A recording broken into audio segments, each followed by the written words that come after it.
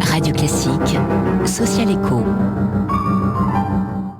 Avec la Fondation Caritas France, soutenez-nous par une donation temporaire d'usufruit. Social Éco sur Radio Classique avec le quotidien La Croix. Bonjour Christine Quentin. Bonjour Nicolas, bonjour à tous. Gros plan ce matin sur Singa Project. C'est une association qui s'attaque au délicat problème de l'insertion des personnes réfugiées en France. Oui, il faut préciser qu'un réfugié n'est pas un immigrant économique, c'est un homme ou une femme qui a été obligé de fuir les persécutions, les viols, la prison, la torture dans son pays du fait de son opinion politique, sa religion, sa nationalité, sa race ou son appartenance à un groupe social. Ces personnes n'ont pas quitté leur pays par choix. Nathanaël Moll et Guillaume Capel, deux jeunes trentenaires, ont été confrontés à cette réalité par leurs études des relations internationales et des stages au Maroc et en Australie. Partout, ils ont constaté que les barrières à l'intégration de ces réfugiés sont les mêmes.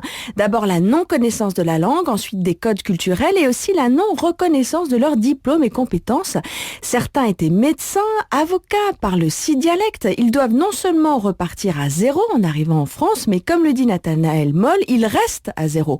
Plongeurs, femmes de ménage et boueurs perdant ainsi toute envie d'intégration sociale. Alors que propose l'association Singa pour aider ces réfugiés à relever ce défi ? Alors 3 choses, des cours de langue française, une appréhension de nos codes socioculturels et un accompagnement d'1 an pour la réalisation d'un projet professionnel et ou de création d'entreprise.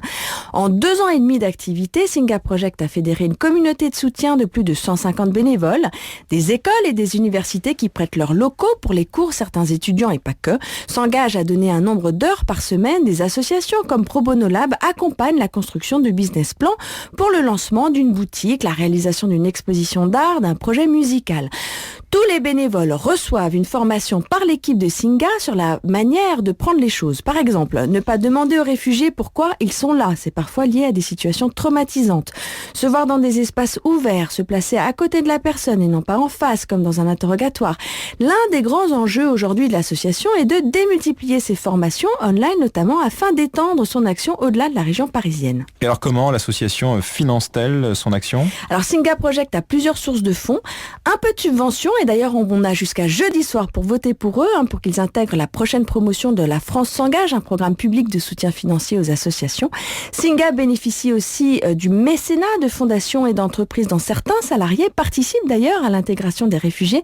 Et enfin, Singa Project vend son savoir-faire aux entreprises qui travaillent avec des primo-arrivants, hôtellerie, construction, grande distribution, intérim.